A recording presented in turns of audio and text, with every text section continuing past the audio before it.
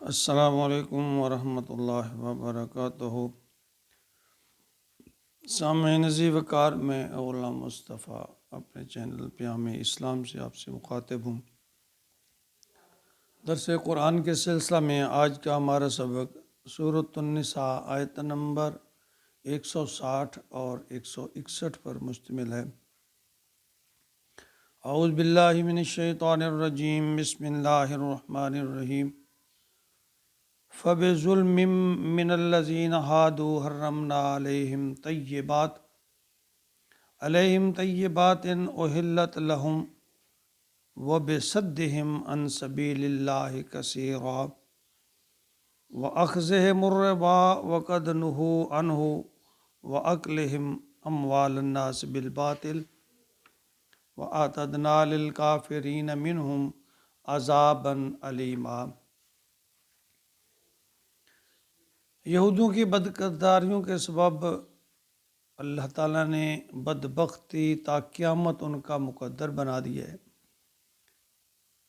ان کے ایسے جرم کی ایک سزا تو انہیں ملے گی، لیکن ان کے دلوں پر اللہ تعالیٰ نے بدبختی کی جو مہر لگا دی ہے کہ اب وہ سزا ان پر مسلط کر دی ہے کہ نہ تو حق بات کو سن کر اس پر ماننے پر آمادہ ہوں گے۔ دوسری سزا یہ اللہ نے اس آیت مبارکہ میں تذکرہ فرمایا کہ کھانے پینے کی کچھ چیزیں خام خواہ انہوں نے اپنے اوپر حرام کر لی ہیں جو کہ حلال تھیں، ان کا بھی یہاں تذکرہ فرمایا اللہ تعالیٰ نے۔ فرمایا وَبِظُلْمِهِمْ مِنَ الَّذِينَ هَادُوا، یعنی ہادی یہودی بن جانے کے سبب جو انہوں نے اپنے اوپر ظلم کیا ہے۔ حرمنا علیہم، جو حرام کر لیا اپنے اوپر طیبات، پاکیزہ چیزیں، احلت لہم، جو حلال تھی ان پر، انہوں نے ان پاکیزہ چیزوں کو اپنے اوپر حرام قرار دے دیا ہے۔ اللہ تعالیٰ کی ایک یہ بھی سنت ہے کہ کوئی قوم اگر کسی معاملے میں حد سے گزر جائے تو پھر سزا کے طور پر ان پر کچھ حلال چیزیں اللہ تعالیٰ حرام کر دیتے ہیں۔ یہاں بھی یہی اصول ہے کہ حضرت یعقوب علیہ السلام جو تھے وہ انہوں نے ذاتی وجوہ کی بنا پر یا پسند ناپسند کی وجہ سے اونٹ کا گوشت کھانا چھوڑ دیا تھا، تو بنی اسرائیل نے اسے اپنے اوپر حرام ٹھہرا دیا۔ تو اللہ تعالیٰ نے تورات میں اس کی صراحت نہیں کی کہ یہ حرام نہیں ہے، بلکہ اللہ نے کہا ٹھیک ہے، اگر انہوں نے کر لیا تو بس ان پر یہی تنگی اللہ تعالیٰ نے پھر مسلط کر دی، اور یہ ان کے کرتوتوں کی سزا تھی کہ حلال چیز کو اللہ نے ان پر حرام کر دیا۔ فرمایا وَبِصَدِّهِمْ عَنْ سَبِيلِ اللَّهِ كَثِيرًا، اور اس سبب سے بکثرت اللہ کے راستے سے روکتے ہیں۔ وَبِصَدِّهِمْ روکتے ہیں عن سبیل اللہ کے راستے سے، سبیل اللہ کثیر، بہت زیادہ۔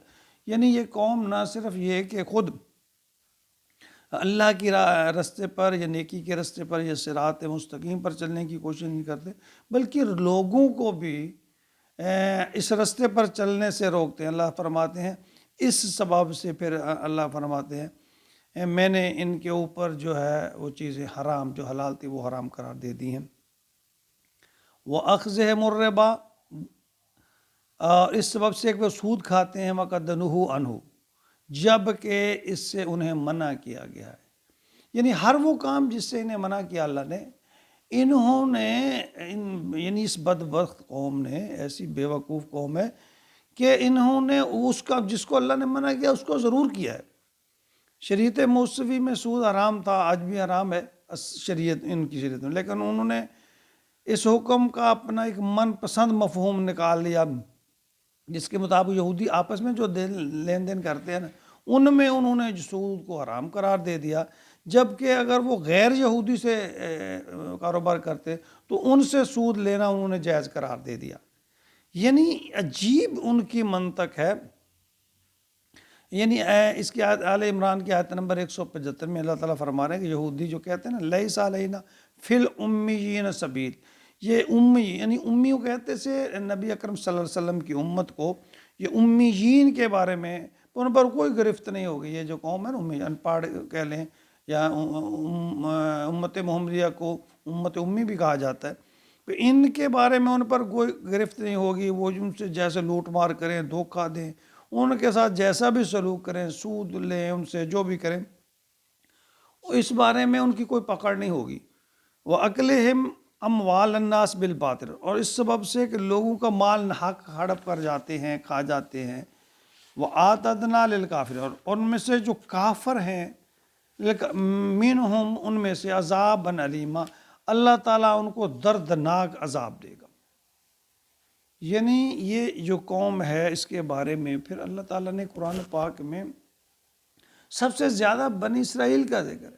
یعنی اللہ تعالیٰ نے ان کے، اور یہ ہمارے لیے بھی ایک سبق ہے کہ اللہ نے فرمایا کہ میں نے ان پر انعامات کیے، انہوں نے میرے انعامات کی قدر نہیں کی، میرے احکامات کا مذاق اڑایا، نافرمانی کی، تو پھر میں ان کو رسوا اور ذلیل کر دیا، اور قیامت تک ہوں گے، اور قیامت کے دن بھی اللہ نے فرمایا ان کے لیے میں نے عذابم علیما، بہت بڑا عذاب، یعنی دردناک عذاب جو ہے ان کے لیے میں نے تیار کر رکھا ہے۔ تو ہمارے لیے بھی یہ سبق ہے، اللہ فرماتے ہیں کہ اگر تم چاہتے ہو میرے عذاب سے بچنا، اگر تم نجات چاہتے ہو دنیا و آخرت کی، تو پھر ان جیسے جو کرتوتے وہ کر رہے تھے، جو کام وہ کر رہے تھے، جس ڈگر پر وہ چل رہے تھے، تم اس سے بچو، تم اللہ کے انعامات کا شکر ادا کرو، نبی اکرم صلی اللہ علیہ وسلم کی اتباع کرو، فرما برداری کرو، اور میرے حکم کو مانو۔